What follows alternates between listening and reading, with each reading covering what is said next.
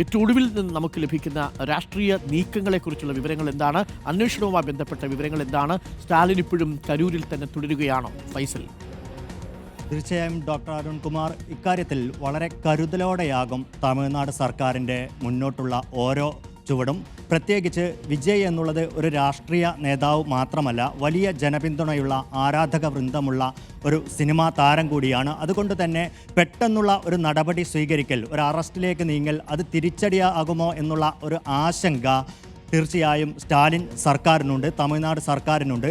അതുകൊണ്ട് കരുതലോടെ ഓരോ ചുവടും മുന്നോട്ട് വയ്ക്കുക എന്നുള്ളതാണ്. അതിൻ്റെ ഭാഗമായാണ് TVK നേതാക്കൾക്കെതിരെ, മതിലകൻ അടക്കമുള്ള നേതാക്കൾക്കെതിരെ ഇപ്പോൾ കേസെടുത്തിരിക്കുന്നത്. അവരാണ് ഈ പരിപാടിക്ക് അനുമതി തേടിക്കൊണ്ട് അപേക്ഷ നൽകിയത്. അതുകൊണ്ട് സംഘാടകർക്കെതിരെ ആദ്യഘട്ടത്തിൽ കേസെടുക്കുക, കൃത്യമായ സന്ദേശം നൽകുക.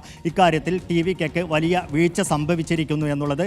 സ്റ്റാലിൻ ഇന്ന് കരൂരിലെത്തി മെഡിക്കൽ കോളേജിൽ ഈ മരിച്ചവരുടെ ബന്ധുക്കളെയും അതോടൊപ്പം തന്നെ പരിക്കേറ്റവരെയും സന്ദർശിച്ച ശേഷം മാധ്യമങ്ങളോട് പറഞ്ഞ ഒരു കാര്യമുണ്ട്. ഒരു രാഷ്ട്രീയ പാർട്ടിയുടെ പരിപാടിയിൽ ഒരിക്കലും സംഭവിക്കാൻ പാടില്ലാത്തതാണ് സംഭവിച്ചത്, ഹൃദയഭേദകമാണ് എന്നുള്ളതാണ്.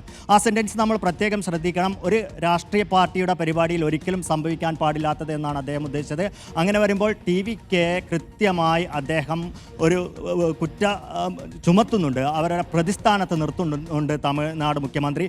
അതേസമയം തന്നെ പെട്ടെന്ന് തന്നെ ഈ തരത്തിൽ വിജയിയെ ഒരു അറസ്റ്റിലേക്കും കേസെടുക്കുന്നതിലേക്കും കൊണ്ടെത്തിച്ചുകൊണ്ട് വലിയ രീതിയിൽ വിജയ്ക്ക് അനുകൂലമായിട്ടുള്ള ഒരു തരംഗം അല്ലെങ്കിൽ സർക്കാർ വിരുദ്ധമായ ഒരു പ്രതിഷേധങ്ങൾ ഉണ്ടാവുന്നതിൽ ശ്രദ്ധിക്കുന്നുമുണ്ട്. നമ്മൾ ശ്രദ്ധിക്കേണ്ട ഒരു കാര്യം, വിജയ് ഈ റാലി തുടങ്ങുമ്പോൾ തന്നെ ആദ്യം ഈ മാസം 13-ന് തിരുച്ചിറപ്പള്ളിയിലാണ് ഈ റാലിക്ക് തുടക്കം കുറിക്കുന്നത്. അന്ന് തന്നെ ഇത്തരത്തിലുള്ള വീഴ്ചകളുണ്ടായിരുന്നു TVKയുടെ ഭാഗത്ത് നിന്ന്. അന്ന് ഒരാൾ കുഴഞ്ഞു വീണ് മരിക്കുന്നത് നമ്മൾ കണ്ടതുമാണ്. പിന്നീട് ആ റാലി പാതി വഴിക്ക് നിർത്തിവെക്കേണ്ട ഒരു സാഹചര്യവും ഉണ്ടായി. അതേ തുടർന്ന് പല റാലികൾക്കും, ഇതൊരു സംസ്ഥാന റാലിയാണ്, വിജയ് റാലിക്ക് അനുമതി ചോദിച്ചെങ്കിലും പലയിടത്തും പോലീസ് അനുമതി നിഷേധിക്കുന്ന സാഹചര്യങ്ങളുണ്ടായിരുന്നു. ഇതിനെ തുടർന്ന് TVK തന്നെ കോടതിയിൽ പോയി. അന്ന് മദ്രാസ് ഹൈക്കോടതി ചോദിച്ച ഒരു ചോദ്യമുണ്ട്. ഇത്തരമൊരു വലിയ പരിപാടി സംഘടിപ്പിക്കുമ്പോൾ അവിടെ എത്തുന്ന ആളുകളെ നിയന്ത്രിക്കേണ്ട ഉത്തരവാദിത്തം നേതാവിനാണ്.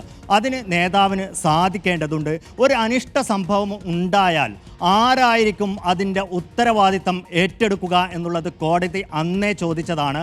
ആ ചോദ്യത്തിനാണ് ഇപ്പോൾ TVK മറുപടി നൽകേണ്ടത്, വിജയ് മറുപടി നൽകേണ്ടത്. ഈ തരത്തിൽ തന്നെയായിരിക്കും DMK അടക്കമുള്ള സർക്കാരും അതോടൊപ്പം തന്നെ ഇതര കക്ഷികളും ഈ വിഷയത്തിൽ വിജയയെ പ്രതിക്കൂട്ടിൽ നിർത്തുക അല്ലെങ്കിൽ സമ്മർദ്ദത്തിലാക്കുക എന്നുള്ളത് ഉറപ്പാണ്. എന്തായാലും വിജയ് വലിയ സമ്മർദ്ദത്തിലാണ്. അദ്ദേഹം ചെന്നൈയിലാണ്. അദ്ദേഹത്തിൻ്റെ വീടിന് ഇപ്പോൾ വലിയ പോലീസ് സുരക്ഷയും ഏർപ്പെടുത്തിയിട്ടുണ്ട്. നമുക്കറിയാം, തമിഴ്നാട്ടിലെ ഒരു സാഹചര്യം, പെട്ടെന്ന് പ്രതികരിക്കുന്ന ഒരു ജനസമൂഹം കൂടിയാണ്. വലിയ ഒരു ദുരന്തമാണ് ഉണ്ടായത്.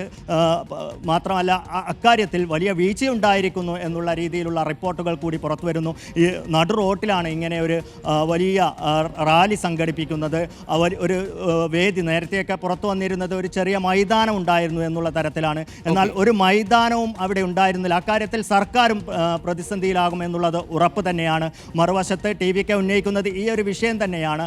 ഇങ്ങനെ ഒരു വേദിയിൽ ഒരു പരിപാടി നടത്തുമ്പോൾ 10,000 പേരാണ് പറഞ്ഞത് എന്നുണ്ടെങ്കിൽ പോലും അത്തരം ഒരു ജനക്കൂട്ടം ഉണ്ടാകുമ്പോൾ ക്രൗഡ് മാനേജ്മെൻറ്റ് എന്ന് പറഞ്ഞ ഒരു സംഗതിയുണ്ട്. അത് നടത്തുന്നതിൽ പോലീസ് പരാജയപ്പെട്ടു.